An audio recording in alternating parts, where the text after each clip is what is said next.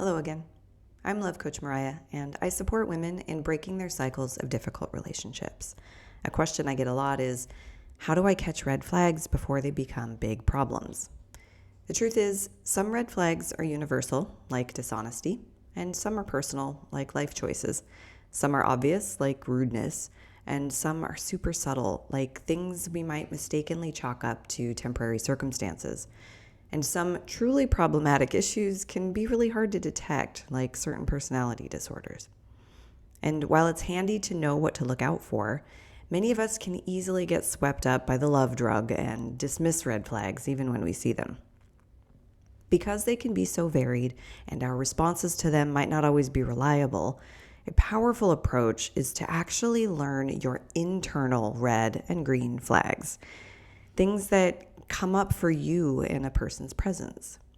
These can be your behaviors as well as your feelings, and they might show up as becoming defensive or feeling anxious, contorting your preferences to match theirs, or feeling scared that their love might become suffocating, fantasizing about happily ever after, or feeling some serious urgency to be close to them again.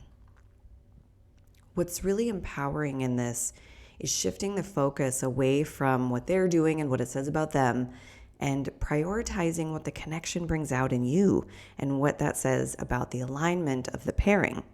From this perspective, neither of you has to be bad or wrong, and it can just be information about whether the match is good.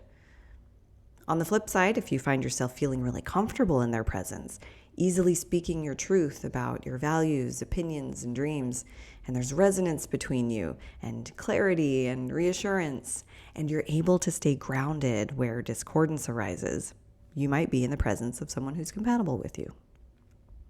Most of us don't have a very strong connection to our internal experience, though, so it can be a little tricky to develop this insight, but the process isn't hard, it just takes practice.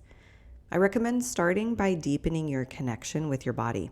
It holds ancient wisdom and a vast intelligence that is conveyed very differently from the mind. When we become fluent in our body's subtle signals, we can learn to feel into our truth, and we gain a much greater awareness about what's right for us and what's in or out of alignment with our values and goals, as opposed to staying on autopilot and blindly following our formative programming, which was probably somewhat dysfunctional. The simple act of bringing your awareness into your body is called embodiment, and there are numerous practices to support the strengthening of this connection. My personal favorite is meditating on my chakras. I've actually recorded a guided chakra meditation. It's linked on this channel, and you're welcome to utilize it for your own embodiment practice.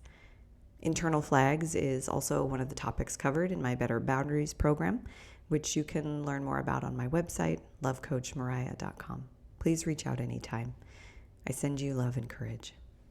Namaste.